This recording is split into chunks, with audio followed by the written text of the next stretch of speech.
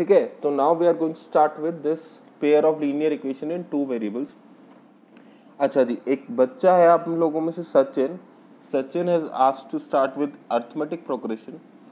बेटा मैंने आपकी बात समझ ली, but the thing is arithmetic progression का जो थर्ड एक्सरसाइज है वहाँ पे linear equation in two variable और क्वाड्रेटिक इक्वेशन सॉल्व करना पड़ता है। अच्छा, क्वाड्रेटिक इक्वेशन में तो हम चलो थोड़ा टाइम पास कर लेंगे, मतलब थोड़ा सॉल्व कर लेंगे। क्या है कि क्वाड्रेटिक इक्वेशन हम फैक्टराइजेशन तो हमको आता है तो सॉल्व तो कर ही लेंगे, but linear equation in two variable के भी क्वेश्चन बनते हैं उसमें जो कि आपको सॉल्व करने आने चाहिए। ठीक है, तो once we are done with this chapter we might think about starting that chapter. Okay, तो pair of linear equation in two variables. अच्छा जी, तो can anybody tell me what are linear equations? क्या कोई बता सकता है what are linear equations?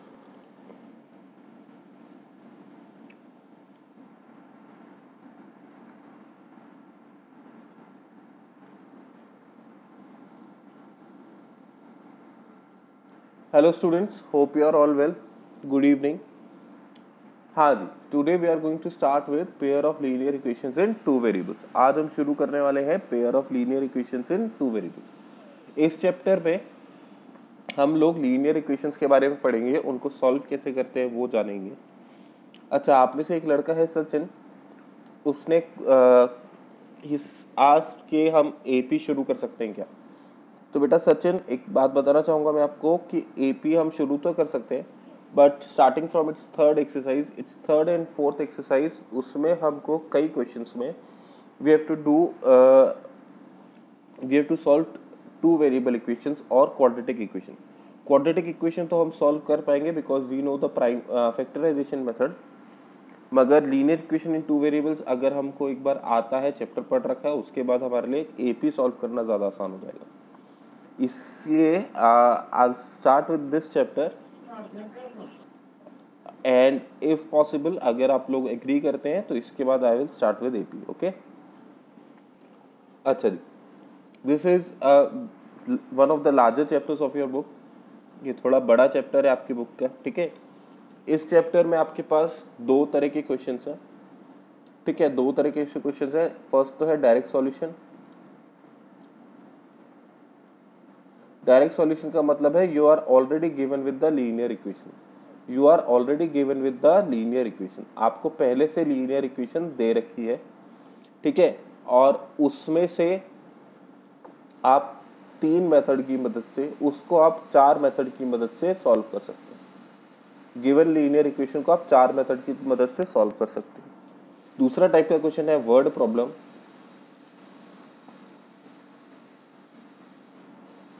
Second type question is word problem. इसमें पहले तो आपको लीनियर इक्वेशन बनानी पड़ती है और उसके बाद उसका सॉल्यूशन करना पड़ता है। तो वर्ड प्रॉब्लम के क्वेश्चन थोड़े से ज्यादा मुश्किल होते हैं। क्यों? क्योंकि अगर आपने लीनियर इक्वेशन गलत बना ली तो इसका मतलब आपका आगे का सारा क्वेश्चन गलत हो गया। तो आपको सारा मेहनत भी करना है, एक दो पन्ना भी भरना है, but if you started it wrong आपका पूरा क्वेश्चन गलत हो गया। तो हम लोग क्या करेंगे, हम लोग क्या है कि बहुत ही कॉम्प्रिहेंसिव अप्रोच से चलेंगे। अच्छा, लीनियर इक्वेशन सॉल्व करने के चार मेथड है। किसी भी लीनियर इक्वेशन को सॉल्व करने के लिए आपके कोर्स में चार मेथड है। First one is graphical method. Graphical method हम लोग सबसे लास्ट में पढ़ेंगे, स्टार्टिंग में नहीं पढ़ेंगे। आपकी बुक में स्टार्टिंग में दे रखा है, मगर हम लोग सबसे लास्ट में पढ़ेंगे। रीजन बीइंग कि ग्राफ वगैरह बनाना पड़ेगा, तो उसके लिए एक बार बाकी के मेथड कर लो, फिर हम ग्राफ की बात करें। ओके, इसके अलावा आपके पास तीन और मेथड है। ठीक है, वो तीनों के तीनों मेथड हम स्टडी करेंगे। हम लोग कैसे चलेंगे, एक मेथड पढ़ेंगे और उसके बाद उससे रिलेटेड या फिर उस पे बेस्ड जो सबसे ज़्यादा पॉपुलर वर्ड प्रॉब्लम्स है वैसी वर्ड प्रॉब्लम्स करेंगे। Then we will move on to second method और उस मेथड के बेसिस पे हम वर्ड प्रॉब्लम्स से करेंगे। In the same manner third method और थर्ड मेथड के बेसिस पे वर्ड प्रॉब्लम्स करेंगे। ग्राफिकल मेथड के क्वेश्चंस आपके बड़े डायरेक्ट आते हैं। अगर वर्ड प्रॉब्लम आता है तो बहुत सिंपल वाला वर्ड प्रॉब्लम आता है, और अगर क्वेश्चन आता है तो अगेन क्वेश्चन भी बहुत सिंपल होता है। ठीक है, तो ये तो था कि अपन चैप्टर में क्या क्या डिस्कस करेंगे, कैसे कैसे डिस्कस करेंगे। ठीक है, नियरली 2.5 वीक्स लगते हैं इस चैप्टर को कंप्लीट करने में, 2.5 to 3 वीक्स, 2.5 से 3 हफ्ते लगते हैं इस चैप्टर को कंप्लीट करने में। तो it is a particularly long chapter. अच्छा जी, along with the question from your book I will introduce some extra questions to you side by side.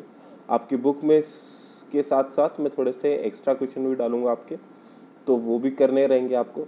अच्छा जी, एज डिस्कस यस्टरडे कि इस बार आपको डेली क्या है कि अपना होमवर्क भी सबमिट करना है। How to submit your homework, you have to click the pic of your the work you have done. आपने जो भी काम किया है उसका फोटो खींचना है और वो मेरे को भेजना है व्हाट्सएप पे। Okay, my WhatsApp number is 9529396076। This is my WhatsApp number. आप अपने ग्रुप पे भी ढूंढ सकते हैं मेरा नंबर। ओके, तो यहाँ तक मेरे ख्याल से कोई दिक्कत नहीं होनी चाहिए। आगे चलते हैं। अच्छा जी, अब क्या है कि चैप्टर शुरू करते हैं अपन। चैप्टर शुरू करने में सबसे पहले नाम पढ़ते हैं। चैप्टर का नाम है पेयर ऑफ पे आता हूँ, लीनियर इक्वेशन इन 2 वेरिएबल। तो क्या मेरे को ये कोई बता सकता है what are linear equations? Can anybody tell me what are linear equations? With degree 1. Very good. अच्छा जी, विद डिग्री 1 तो मेरे को चलो बढ़िया है, समझ में आ गया। अच्छा जी, इससे पहले हमने एक चैप्टर पढ़ा था, चैप्टर था पॉलिनोमियल।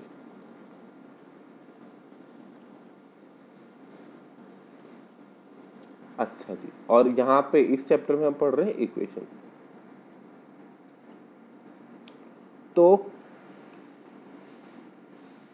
तो can anybody tell me the difference between an equation and a polynomial? Degree 1 का पॉलिनोमियल और डिग्री 1 का इक्वेशन, फर्क क्या होगा दोनों में?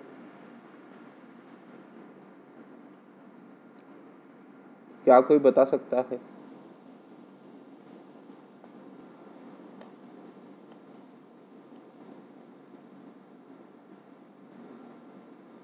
डिग्री 1 का पॉलिनोमियल और डिग्री 1 का इक्वेशन, फर्क क्या होगा दोनों में? बेटा गलत सले जैसा भी पॉलिनोमियल में भी हो सकता है, और सर इक्वेशन सर बहुत मतलब सर एक उसमें सर बहुत सारे आ सकते हैं। क्या बेटा, क्या बहुत सारे आ सकते हैं? वेरिएबल्स?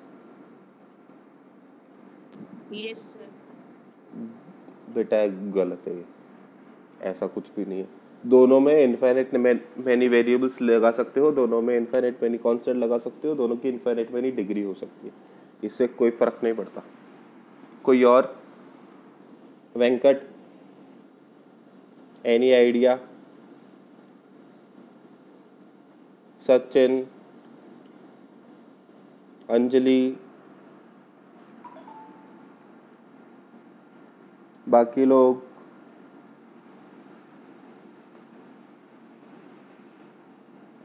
भव्यांशी, चिराग, फैजान, हितेश?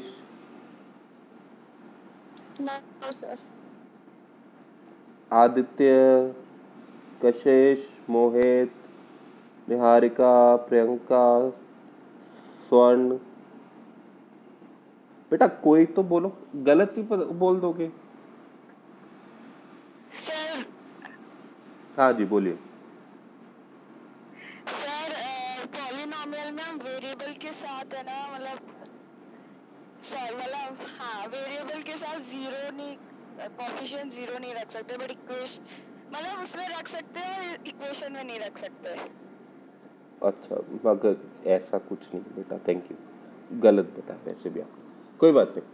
देखो सर इक्वेशन में दो चीजें सेम होती है। वेरी गुड, इक्वेशन में इक्वल टू लगता है, पॉलिनोमियल में इक्वल टू नहीं लगता। Polynomial is P x, polynomial का नाम रखा पी एक्स, ये हो गया आपका x square minus 2x plus 1।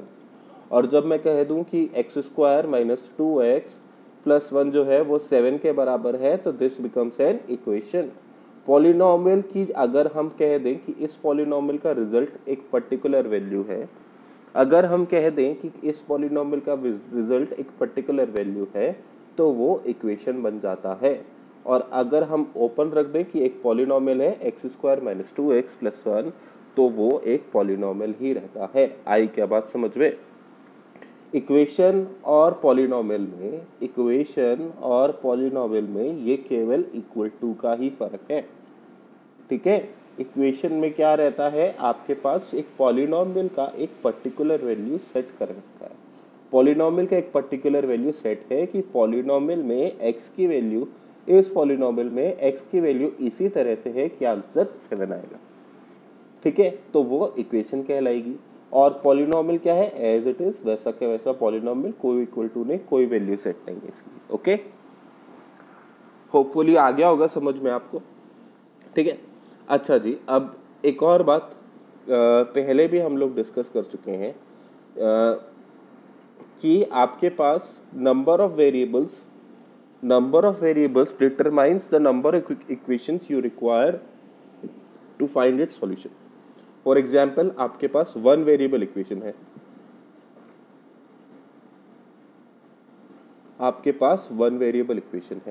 One variable equation में लीनियर इक्वेशन लेके चल रहा हूं। पहले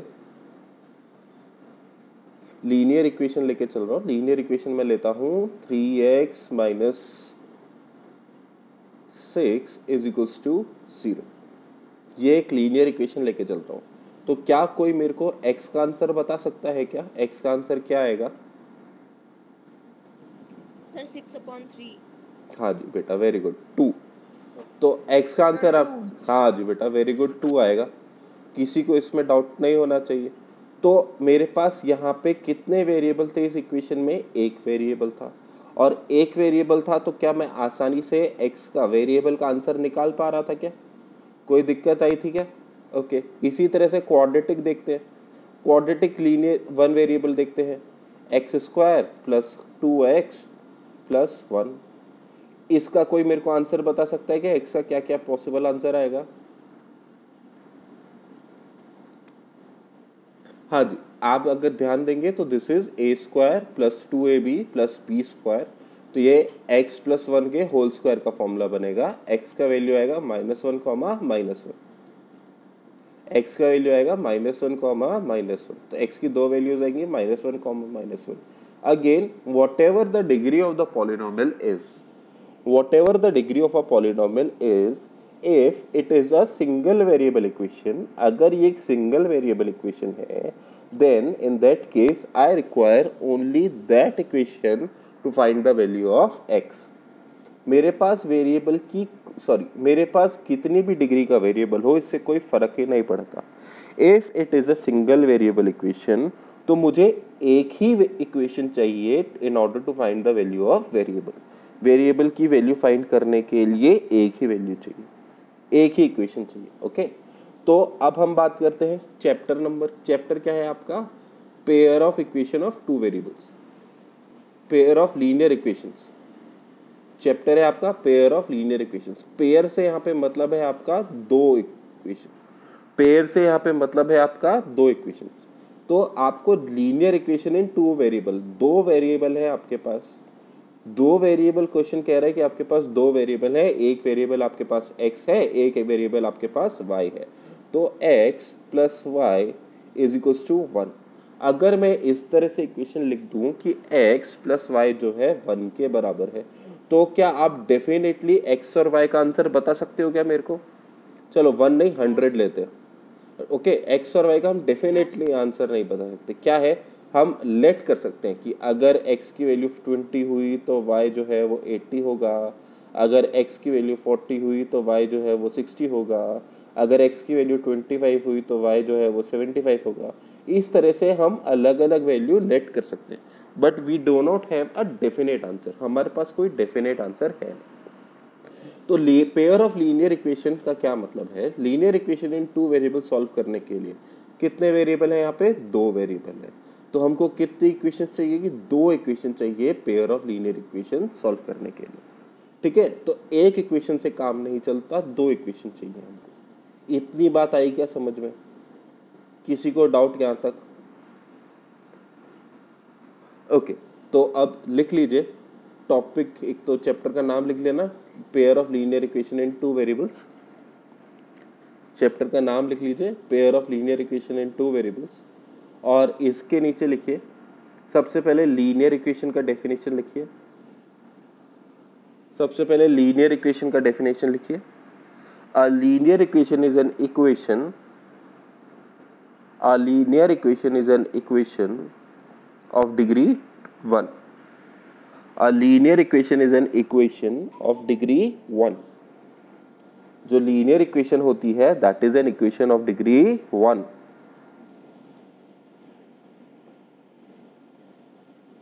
ओके अच्छा जी, इसके बाद आगे बात करते हैं।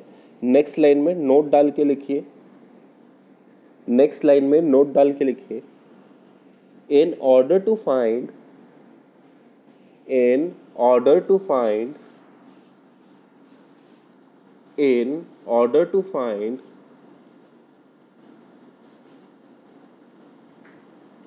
in order to find exact value of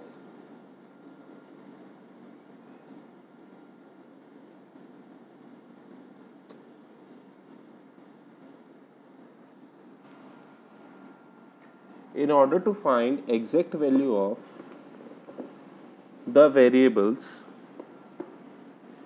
exact value of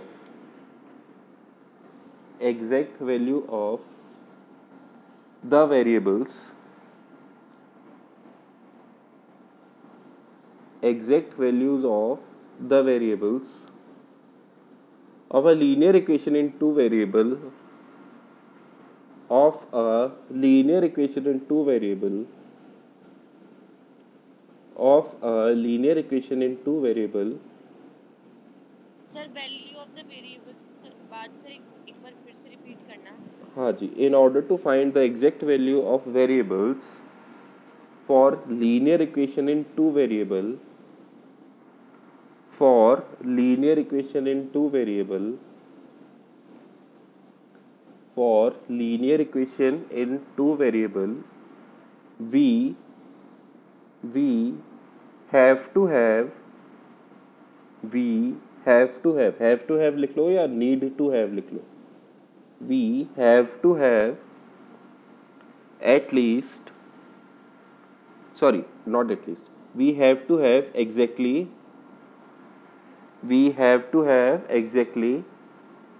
two equations, we have to have exactly two equations।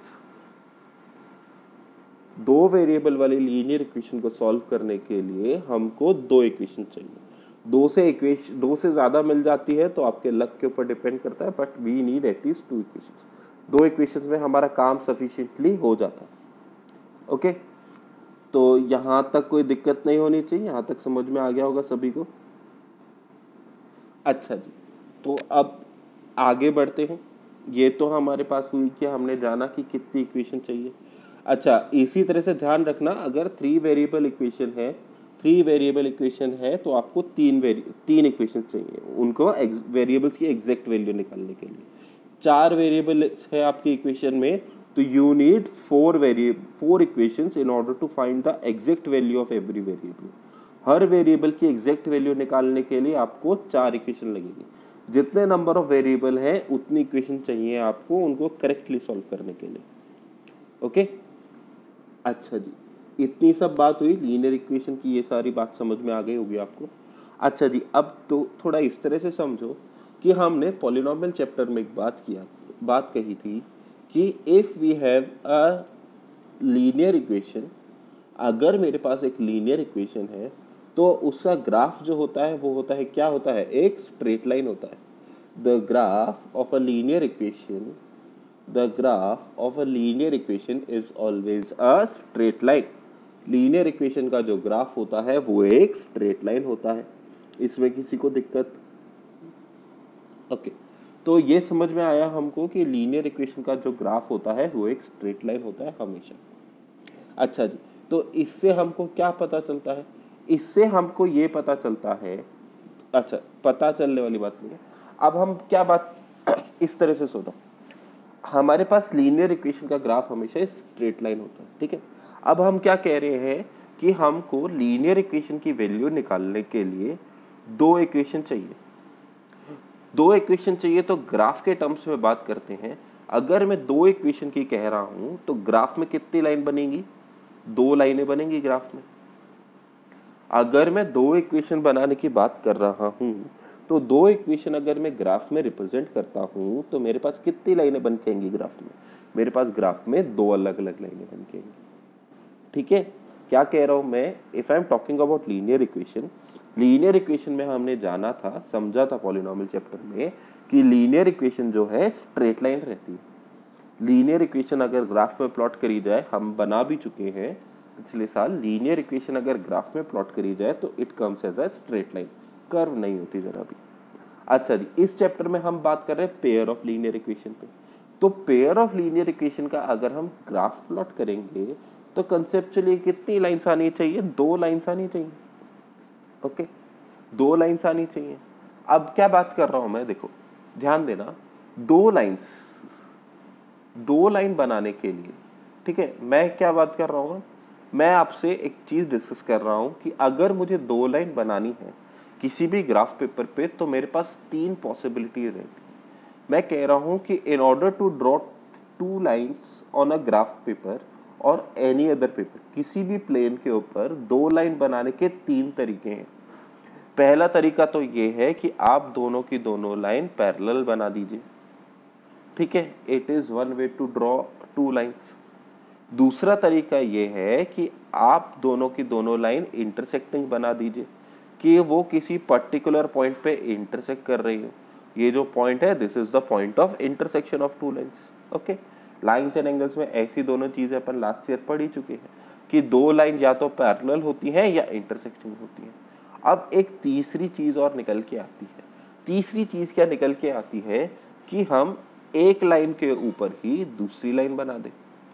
हम एक लाइन के ऊपर ही दूसरी लाइन बना दें। तो इस तरह की लाइन कैसी होगी? Coincident line.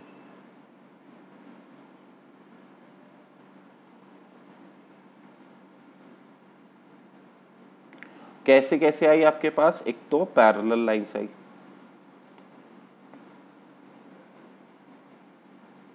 एक आपके पास आई इंटरसेक्टिंग लाइंस।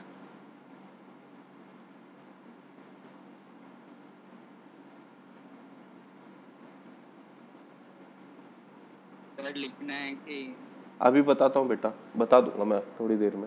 तो एक तो आपके पास आया pair of parallel lines. Graph पे एक मतलब दो लाइंस की तीन तरह की सिचुएशन आई हमारे पास। एक तो पेयर ऑफ पैरेलल लाइंस आया, एक हमारे पास इंटरसेक्टिंग लाइंस आया और एक हमारे पास कोइंसिडेंट लाइंस आया। किसी को इस बात में कोई डाउट या इसके अलावा कोई और टाइप की लाइंस बता सकता है क्या कोई? ओके, तो मेरे ख्याल से किसी को कोई डाउट नहीं है इसमें। तो अब हमको क्या करना है, हमको ये तीनों की तीनों प्रॉपर्टीज जो है, ये तीनों की तीनों टाइप्स ऑफ लाइंस जो है हमको डिस्कस करनी है। ओके, तो हमको अब ये देखना है कि अपने पास जो पेयर ऑफ इक्वेशन है, अपने पास जो पेयर ऑफ इक्वेशन है वो कब तो पैरेलल लाइन बनाएंगी, कब इंटरसेक्टिंग लाइन बनाएंगी और कब कोइंसिडेंट लाइन बनाएंगी। ठीक है, तो देखो क्योंकि हम पहले ग्राफ नहीं कर रहे तो ये चीजें थोड़े सा आपको याद करनी पड़ेगी। ठीक है, हम लोग अब एक टेबल ड्रॉ करने वाले हैं, उस टेबल में जितना भी कंटेंट है सारा का सारा आपको याद करना है। तो फ्रेश पेज मतलब फ्रेश जगह पे लिखिए, आगे लिखिए, आपको इस तरह से लिखना है, फॉर अ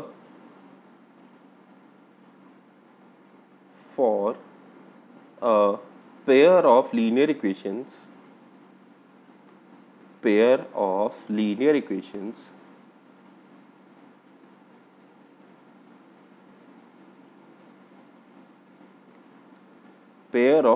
equations अब मैं स्टैंडर्ड फॉर्म लिख रहा हूं दो लीनियर इक्वेशंस की।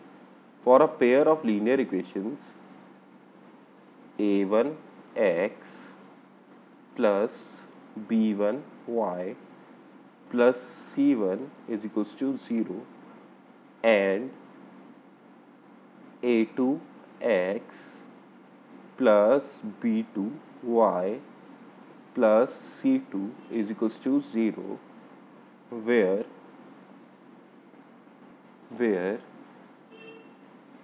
a1 and A2 are coefficient of x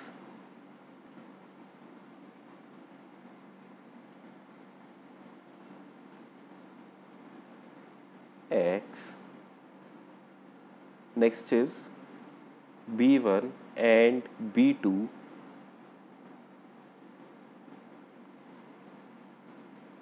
are coefficient of y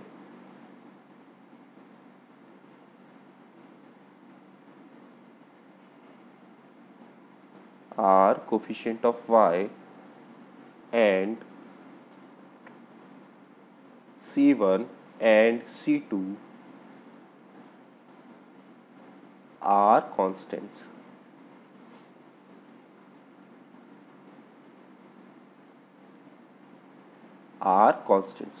C1 and C2 are constants. Okay, तो आपके पास क्या क्या आया? A1 and A2 are coefficient of x, B1 and B2 are coefficients of y, and C1 and C2 are constants. Okay, अच्छा जी, कुछ books में ये तो आपके पास एनसीईआरटी में ऐसा कैसा लिखा है, कुछ बुक्स में आपके पास इक्वेशन ऐसे भी लिखी है A1x plus B1y is equals to C1.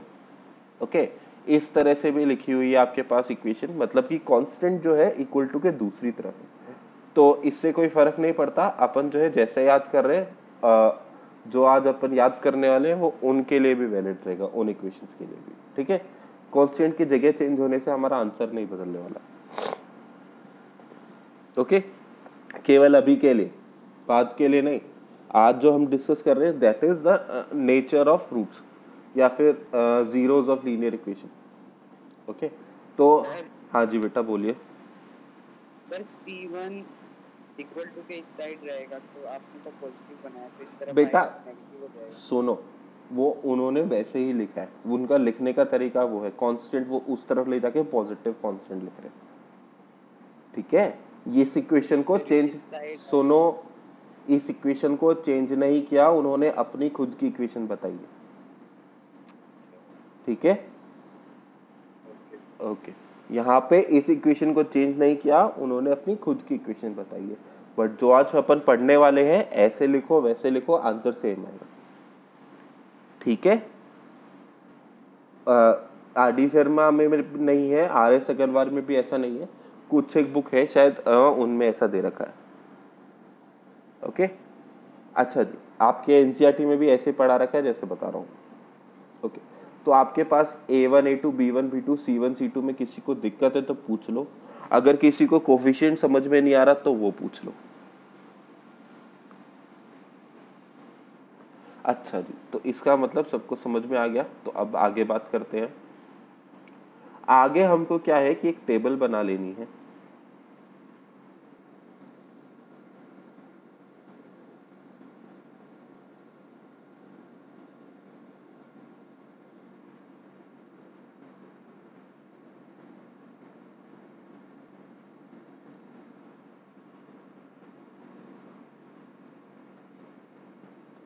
हाँ जी, आगे हमको एक टेबल बना लेनी है. ठीक है, टेबल में सबसे पहला कॉलम आएगा आपका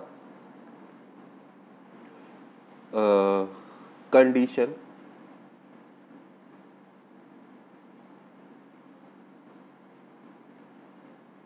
सबसे पहला कॉलम आएगा आपका कंडीशन. ओके, दूसरा कॉलम आएगा आपका टाइप ऑफ सॉल्यूशन, या फिर दूसरा कॉलम लिखिए टाइप्स ऑफ लाइंस.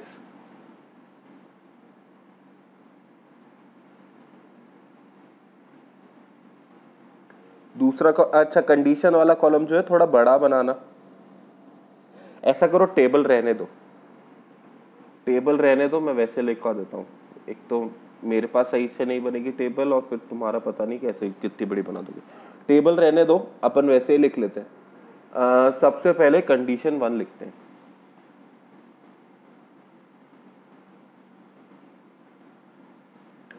कंडीशन 1 क्या है? देखो, आपको लीनियर इक्वेशन मैंने लिखवाई थी, ये ध्यान में रखना.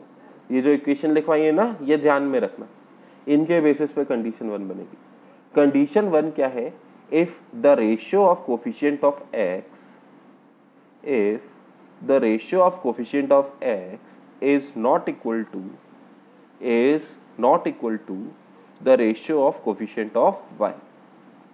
कोफिशिएंट ऑफ x क्या है? a1 और a2.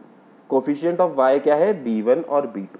If ratio of coefficient, पहले तो जो सेंटेंस बोल रहा हूं वो लिख लो। If ratio of coefficient of x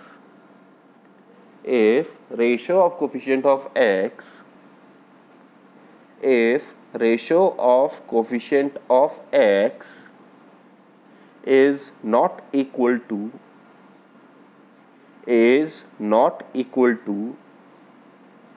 the ratio of coefficient of y is not equal to the ratio of coefficient of y, ठीक है, उतना लिख लेना, फुल स्टॉप लगाना, और उसके बाद ये जो मैंने लिखा है ना सामने, a1 upon a2 is not equal to b1 upon b2, ये लिखना है। a1 upon a2 is not equal to b1 upon b2। इस केस में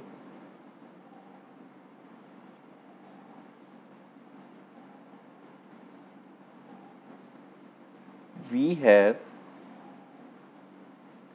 intersecting lines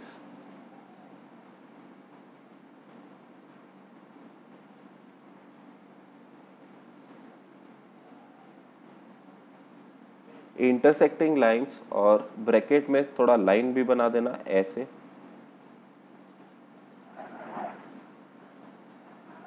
इंटरसेक्ट करती हुई, ठीक है।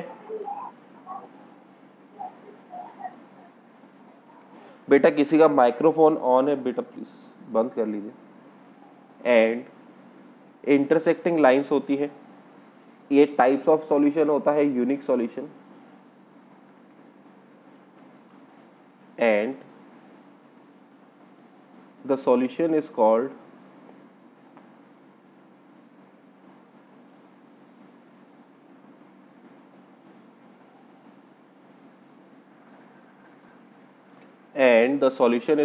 unique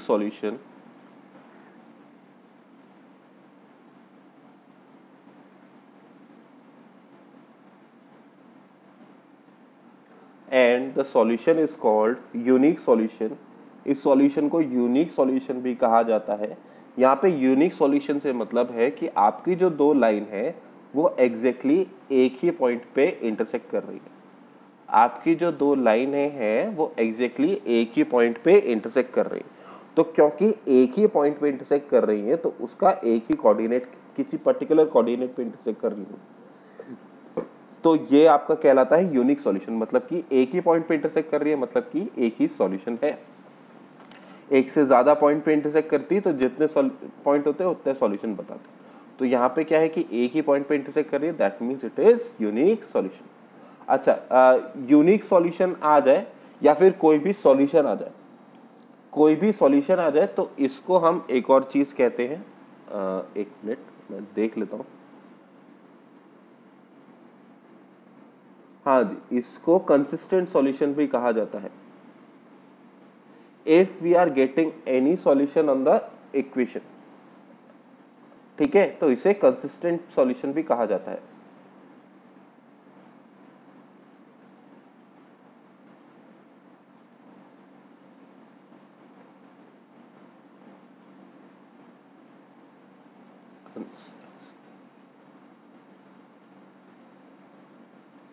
consistent solution,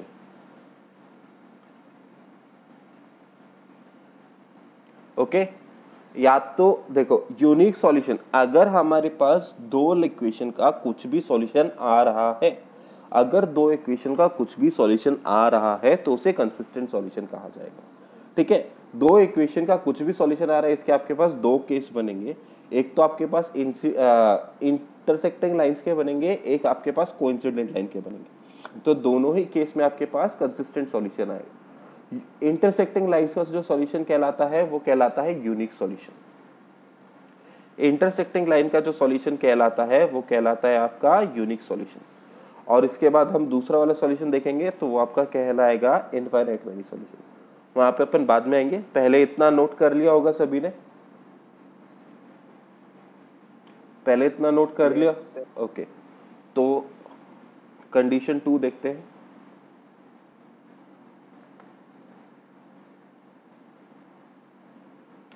second condition में क्या है आपके पास, a1 upon a2।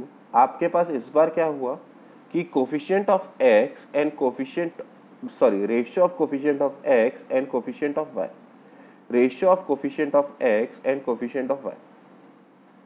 Coefficient of x के रेशियो और कोफिशिएंट ऑफ y का जो रेशियो है वो बराबर है। कोफिशिएंट ऑफ x का, बेटा माइक्रोफोन चालू है किसी का, बंद करो। हाँ, कोफिशिएंट ऑफ x का रेशियो और कोफिशिएंट ऑफ y का रेशियो बराबर है, बट ये जो भी रेशियो आ रहा है it is not equal to the ratio of constant, ये कांस्टेंट के रेशियो के बराबर नहीं। ओके, तो इन दिस केस देन ये जो केस होता है ये आपका होता है पैरेलल लाइंस का। ये जो कंडीशन होती है ये आपकी होती है पैरेलल लाइंस की। अब क्योंकि पैरेलल लाइंस किसी भी पॉइंट पे इंटरसेक्ट नहीं करती तो ऐसा केस हम बोलते हैं no solution. Then the lines are the graphical representation of linear equation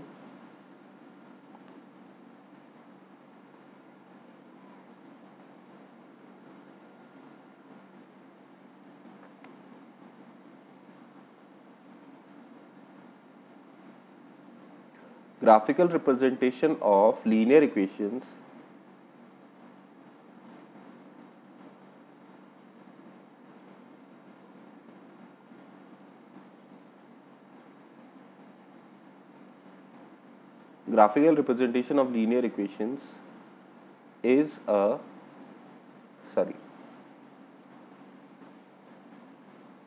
are parallel lines। is आएगा, आर नहीं आएगा, is parallel lines।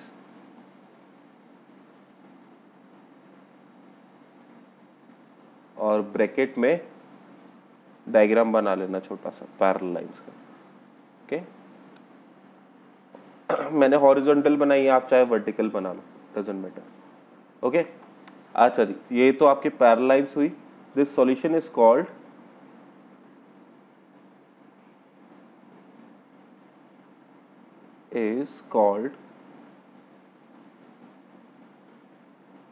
No solution.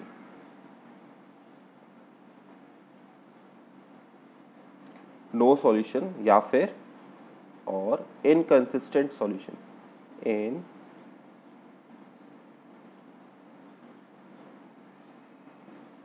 Inconsistent solution.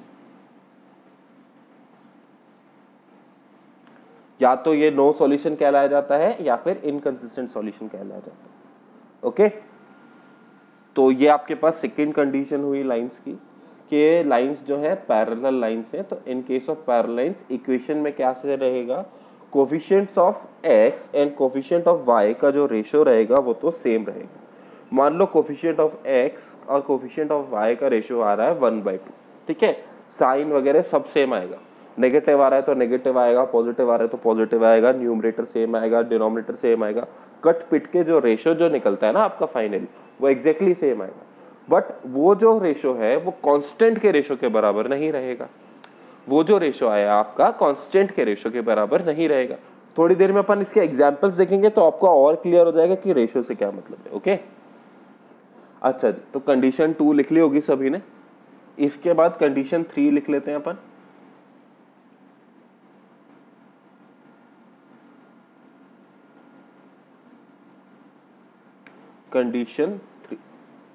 Condition 3 क्या है आपके पास, अब देखो सबसे पहले क्या था कि a1 upon a2 was not equal to b1 upon b2। उसके बाद क्या हुआ, a1 upon a2 b1 upon b2 के बराबर आ गया, मगर c1 अपॉन c2 के बराबर नहीं आया। इस बार क्या करेंगे, a1 अपॉन a2 बराबर है b1 अपॉन b2 के, और वो भी बराबर है c1 अपॉन c2 के। देखो पहली कंडीशन जो थी ना आपकी, पहली कंडीशन में C1/C2 के बारे में कुछ कहा ही नहीं। अगर आपका A1/A2 C1/C2 के बराबर है या फिर आपका B1/B2 C1/C2 के बराबर है, इससे हमको कोई लेना देना ही नहीं है।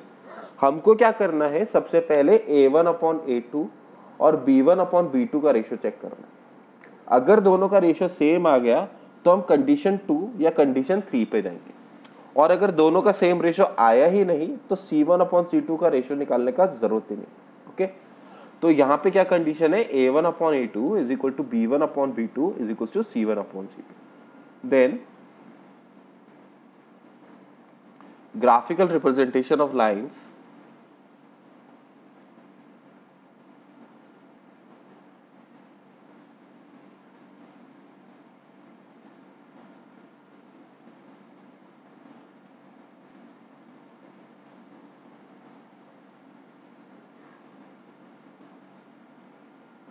graphical representation of lines is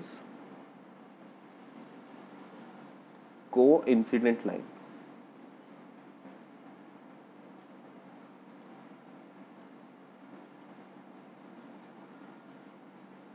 coincident line कैसे बनाएंगे, एक लाइन के ऊपर वापस से एक दूसरी लाइन, ठीक है, मतलब डार्क करके बना देंगे लाइन।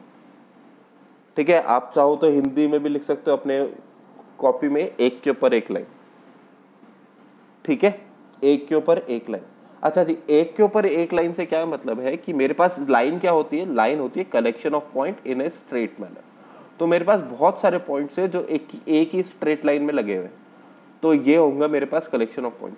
इसके ऊपर क्या है कि दूसरी लाइन भी इसी के ऊपर चल रही है, दूसरी लाइन भी इसी के ऊपर चल रही है। तो मैंने आपसे क्या कहा था कि सॉल्यूशन क्या होता है, जितनी बार आपकी लाइन इंटरसेक्ट कर रही है उतनी बार सॉल्यूशन मिल जाएगा आपको। जितनी बार आपकी लाइन इंटरसेक्ट कर रही है उतनी बार आपको सॉल्यूशन मिल जाएगा।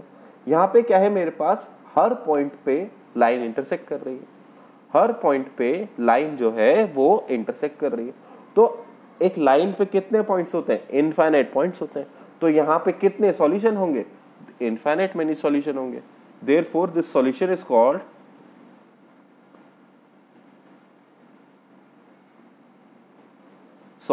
कॉल्ड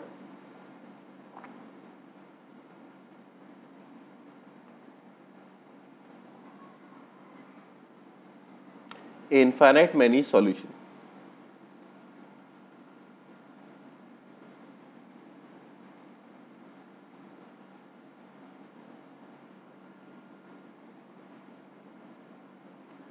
और इसे भी क्या कहा जाता है, कंसिस्टेंट सॉल्यूशन। कंसिस्टेंट सॉल्यूशन मैंने क्या बताया था आपको, अगर आपका सॉल्यूशन आ रहा है तो उसे कंसिस्टेंट कहा जाता है, और अगर आपका पैरेलल लाइन से तो वो इनकंसिस्टेंट सॉल्यूशन कहलाएगा।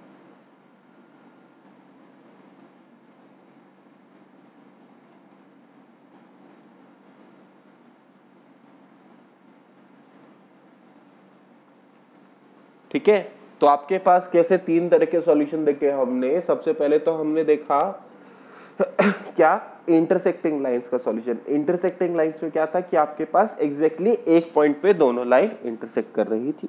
एक पॉइंट पे अगर दोनों लाइन इंटरसेक्ट कर रही हैं तो कैसा होगा, आपका सिंगल सॉल्यूशन होगा, एक ही सॉल्यूशन रहता है, उसे यूनिक सॉल्यूशन कह दिया। यूनिक सॉल्यूशन मतलब ये सॉल्यूशन अपने आप में यूनिक है, ऐसा कोई दूसरा पॉइंट नहीं मिलेगा। स्ट्रेट लाइन एग्जैक्टली एक ही पॉइंट पे इंटरसेक्ट करेगी, एक से ज्यादा पॉइंट पे नहीं कर सकती। ओके, दूसरी चीज हमने बात करी पैरेलल सॉल्यूशन की। पैरेलल लाइंस, क्योंकि हम जानते हैं distance perpendicular distance between two parallel lines is constant. दो पैरेलल लाइंस के बीच का जो परपेंडिकुलर डिस्टेंस है वो हमेशा कांस्टेंट रहता है। तो अगर परपेंडिकुलर डिस्टेंस कांस्टेंट है तो लाइन कभी इंटरसेक्ट करेगी नहीं, लाइन कभी इंटरसेक्ट करेगी नहीं तो सॉल्यूशन हमको मिलेगा नहीं। तो इस तरह के सॉल्यूशन को सीधा सीधा कह दिया, कोई सॉल्यूशन नहीं है तो नो सॉल्यूशन। नो सॉल्यूशन मतलब इनकंसिस्टेंट सॉल्यूशन। अगर सॉल्यूशन है ही नहीं तो दैट इज कॉल्ड, लाइन जो कहती है वो इनकंसिस्टेंट लाइंस कहलाती है। ठीक है, सॉल्यूशन जो कहलाता है वो इनकंसिस्टेंट सॉल्यूशन कहलाता है। ओके, उसके बाद तीसरा है आपके पास infinite many solution. If the same line, if one line lies on the other line, एक के ऊपर दूसरी लाइन रखी हुई है, एक के ऊपर दूसरी लाइन बन रही है, तो ये कैसा सॉल्यूशन हो जाएगा आपके पास, इनफाइनाइट मेनी सॉल्यूशन हो जाएगा, कोइंसिडेंट लाइन हो जाएगा और कंसिस्टेंट सॉल्यूशन हो जाएगा। ओके, अच्छा जी, इसके बेसिस पे आपको आपकी एनसीईआरटी में आपके फर्स्ट एक्सरसाइज के बाद। हम लोग फर्स्ट एक्सरसाइज अभी डिस्कस नहीं कर रहे क्योंकि फर्स्ट एक्सरसाइज में आपको ग्राफ पे फोकस कर रखा है, ठीक है। तो फर्स्ट एक्सरसाइज हम लोग बाद में करेंगे। इस कंसेप्ट पे बेस फर्स्ट एक्सरसाइज के बाद आपको क्या है कि एक टेबल दे रखी है, ठीक है। तो आप चाहे तो वो टेबल से भी पढ़ सकते हैं, टेबल भी अपनी कॉपी में बना सकते हैं। टेबल याद करना कंपेरेटिवली आसान होगा, ओके। अच्छा जी, अब इस कंसेप्ट पे बेस क्वेश्चन कैसे करते हैं फटाफट मैं ये बता देता हूँ आपको। यहाँ तक सभी ने नोट कर लिया होगा, अगर किसी ने नहीं किया तो बेटा बोल देना, ओके। क्वेश्चन बात करते हैं। As you can see on your screen, this is question number 2 of your second exercise. This is exercise 3.2. तो exercise 3.2 का this is question number 2. Question number 2 से start कर रहे हैं। Question number 2 is on comparing the ratio A1 upon A2, B1 upon B2 and C1 upon C2.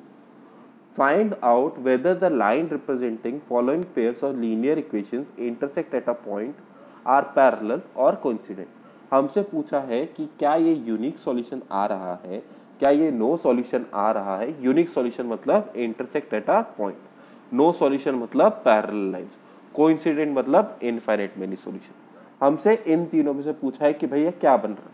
तो हम देखते हैं क्या करते हैं। मैं सेकेंड वाला बताता हूँ आपको, उसके बाद फर्स्ट और थर्ड आपसे पूछूंगा। सेकेंड वाले में क्या करेंगे, सबसे पहले तो लिख लेंगे कि A1 क्या है, इसके फर्स्ट इक्वेशन के सारे लोग 1 है, सेकेंड इक्वेशन के सारे लोग 2 हैं।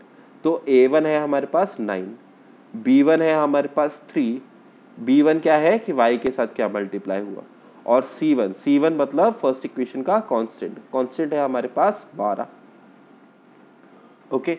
इसी तरह से सेकेंड इक्वेशन से लिख लेंगे हम, A1 जो है वो है हमारे पास 18, B1 जो है दैट इज 6 और C1 जो है दैट इज 24, ओके। तो हमें क्वेश्चन के हिसाब से क्या करना है, first of all we have to find the value of A1 upon A2। A1 upon A2 निकालते हैं। तो A1 अपॉन A2 क्या होगा, A1 is 9, A2 is 18। Solve करो, 9 और 18 कितना बता, 1 और 2, तो आंसर आया हाफ, ओके। अब B1 अपॉन B2 निकालते हैं। B1 अपॉन B2 क्या आया, B1 अपॉन B2 था 3 अपॉन 6, इसको भी सॉल्व किया आपने 1 और 2, तो इसका भी आंसर आया हाफ, ओके। लास्टली आप क्या करेंगे, C1 अपॉन C2 निकालेंगे। क्योंकि A1 अपॉन A2 और B1 अपॉन B2 सेम आए हैं तो हम C1 अपॉन C2 पे जाएंगे। अगर ये दोनों A1 अपॉन A2 और B1 अपॉन B2 सेम नहीं आते तो हम C1 अपॉन C2 पे नहीं जाते। तो C1 अपॉन C2 निकालेंगे। C1 कितना है, 12 है, C2 कितना है, 24 है। सिंप्लीफाई करो, 12 1 जा 12, 12 2 जा 24, तो क्या आया हमारे पास 1/2। तो हमारे पास A1 अपॉन A2 भी 1/2 आया, हमारे पास B1 अपॉन B2 भी 1/2 आया, हमारे पास C1 अपॉन C2 भी 1/2 आया। बिकॉज तीनों रेशो बराबर आए तो ये कैसी लाइन कहलाएगी, कोइंसिडेंट लाइन कहलाएगी। किसी को इसमें डाउट है तो पूछ लो।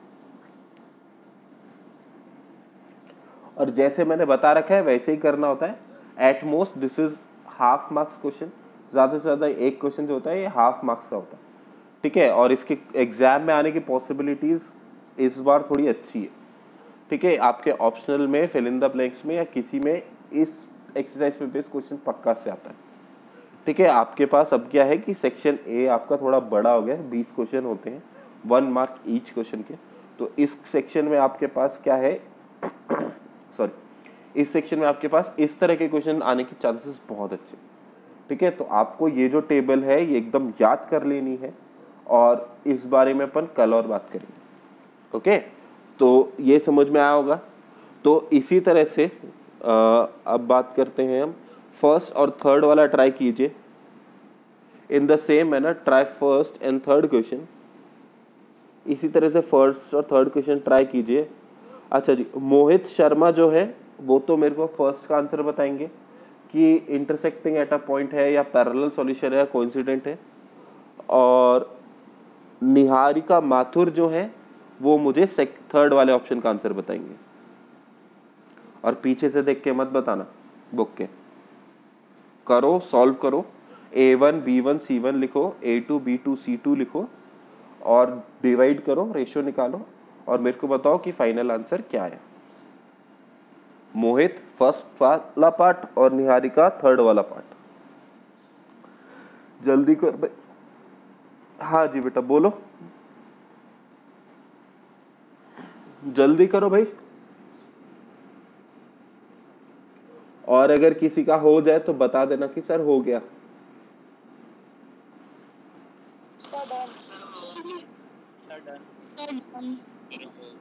वेरी गुड भाई। मोहित और निहारिका क्या कर रहे हैं? सबका तो हो गया, आप लोग क्यों नहीं बता रहे? हाँ जी निहारिका जी, फर्स्ट का क्या आंसर आएगा? सॉरी थर्ड का पैरेलल लाइंस आया। रेशो क्या आया? A1/A2 आपके पास 3/1। Very good. और B1/B2 क्या है बेटा आपके पास? वेरी गुड, प्लस का 3। और C1/C2 क्या है आपके पास? 10/9। वेरी गुड, तो आपके पास आंसर एकदम करेक्ट है। ओके मोहित जी बेटा फर्स्ट का आंसर क्या है?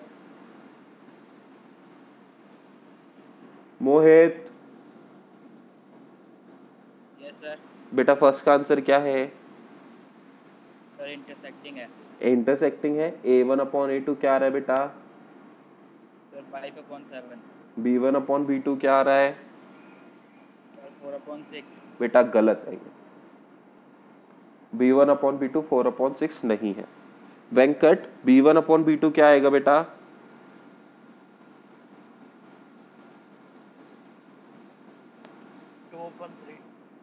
गलत है बेटा। B1/B2 2/3 भी नहीं है। प्रियंका बेटा B1/B2 क्या है?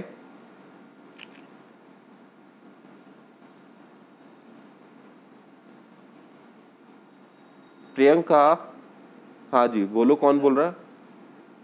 -2/3। Very good, -2/3। नेगेटिव साइन का भी ध्यान रखिए। ओके आई क्या विजिबल नहीं आ रही। स्क्रीन विजिबल नहीं है बेटा? कितनी देर से नहीं है? आ गई। ओके ओके बेटा। हाँ जी आ गया समझ में। किसी को कोई डाउट है इस क्वेश्चन में? मेरे ख्याल से नहीं होना चाहिए। तो इसी तरह से अपन एक और क्वेश्चन देखते हैं। Let's see question number 3। Same exercise question number 3 देखते हैं। क्वेश्चन नंबर 3 में अपन को काफी सारे दे रखे, first second third fourth fifth. Okay तो भाई मेरे को आपसे आंसर चाहिए फर्स्ट का, सेकेंड का, फोर्थ का। फर्स्ट का, सेकेंड का, फोर्थ का आंसर चाहिए मुझे। और मैं अभी नाम बोलता हूँ बच्चों के, उनसे आंसर चाहिए मेरे को। फर्स्ट का आंसर चाहिए मुझे आदित्य से। फर्स्ट का मुझे चाहिए आदित्य से। सेकेंड का मेरे को आंसर चाहिए आशीष से।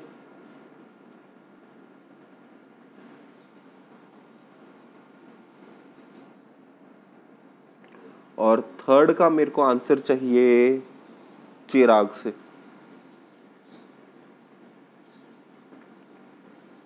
ओके आपको क्या करना है, ये बताना है कि कंसिस्टेंट है या इनकंसिस्टेंट है। कंसिस्टेंट है या इनकंसिस्टेंट है। ओके हाँ जी आदित्य, वेरी गुड। आदित्य, आशीष और चिराग, जैसे ही आपका आंसर आ जाए बता देना।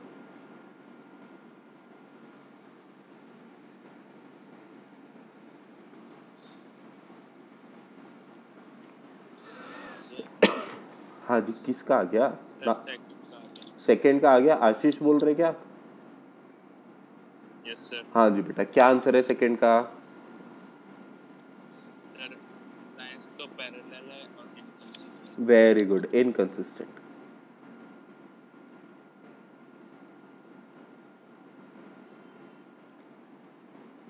इनकंसिस्टेंट सॉल्यूशन है। क्यों इनकंसिस्टेंट है? क्योंकि लाइंस आपकी पैरेलल है। अगर आपके पास A1/A2 is equal to B1/B2 is not equal to C1/C2। ऐसा कंडीशन बनता है तो वो पैरेलल लाइन का बनता है। पैरेलल लाइन होती है इनकंसिस्टेंट। आदित्य, चिराग, आंसर बताइए बेटा।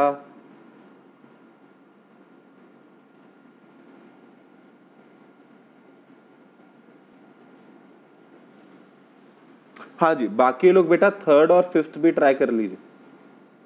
बाकी लोग थर्ड और फिफ्थ भी ट्राई कर लीजिए। और आदित्य और चिराग फटाफट आंसर बताइए।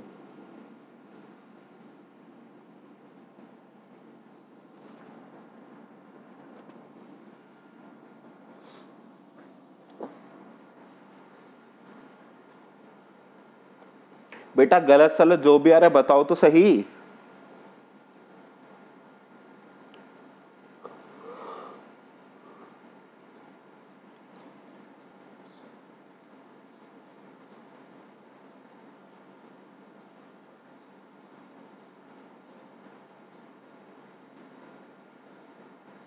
सर थर्ड हो गया। कौन बोल रहा है ये? चिराग? सर सारे हो गए। सारे हो गए? मेरे भी हो गए। आपका नाम तो बताओ बेटा, ऐसे समझ में नहीं आता ना। सर आशीष के हो गए सारे, दो ज्ञानसी के भी हो गए। ओके, मगर ये आदित्य साहब और चिराग साहब क्या कर रहे हैं? दोनों के दोनों मजे कर रहे हैं बैठे बैठे, काम क्यों नहीं करते? इतना टाइम कैसे लग रहा मुझे है? लगता है कवरेज क्षेत्र के बाहर। बिल्कुल हो सकता है, कवरेज क्षेत्र के बाहर हो सकते हैं। अच्छा, कोई मैसेज भी आया है, मैसेज देखते हैं एक बार। मैसेज है, कोई काम का मैसेज नहीं है। चलो तो मेरे ख्याल से हो गया होगा सभी का। ओके, फर्स्ट वाला जो है that is consistent unique solution आएगा। सेकेंड वाला आशीष ने बता ही दिया, इनकंसिस्टेंट है, पैरेलल लाइन से। थर्ड वाला आएगा आपके पास, अगेन आपके पास ये यूनिक सॉल्यूशन आएगा। ठीक है, थर्ड वाला आपके पास यूनिक सॉल्यूशन आएगा, मतलब कंसिस्टेंट है। किसी का कुछ और आए तो बता देना। फोर्थ वाला आएगा आपके पास इनकंसिस्टेंट पैरेलल लाइन, नहीं, फोर्थ वाला आपके पास आएगा सर हाँ, इनफाइनाइट मेनी सॉल्यूशन आएगा आपके पास, है ना। फोर्थ वाला आएगा आपके पास इनफाइनाइट मेनी सॉल्यूशन। आपके पास तीनों रेशियो बराबर आएंगे, तीनों रेशियोज की वैल्यू होगी 1/2, वो -1/2। ओके, तीनों रेशियोज की वैल्यू आएगी माइनस का 1/2, तो ये आपके पास कंसिस्टेंट है। और लास्ट फिफ्थ वाला आपके पास है, हाँ, फिफ्थ वाला आपके पास तीनों रेशियो बराबर है, वापस से आपके पास कंसिस्टेंट सॉल्यूशन है। ओके, तो इसी तरह से you can also do fourth question भी कर सकते हैं आप आराम से, सेम एक्सरसाइज का। ओके, तो हम लोग आगे कल बात करेंगे। आज का काम ये है आपके पास, मेरे को फोटो भेजने की जरूरत नहीं है, आप आराम से एक बार ये सब रिवाइज कर लीजिए। कल मैं वापस से पूछूंगा, और आदित्य और चिराग से खासकर पूछूंगा, भाई मेरे को सारी की सारी आपके टिप्स पे चाहिए, मैं जो पूछूं वो बताना है आपको, याद कर लेना आज जो जो पढ़ा है। और बाकी लोगों से भी मैं कल बात करता हूँ। आज के लिए बस इतना ही। क्वेश्चन नंबर 4 इस एक्सरसाइज का आप कर सकते हो, ठीक है। और बुक में जो टेबल देख रखी है बेटा, एक बार वो भी देख लेना। चलो आज के लिए बस इतना ही। Thank you for your time. You can exit the class now. Okay बेटा।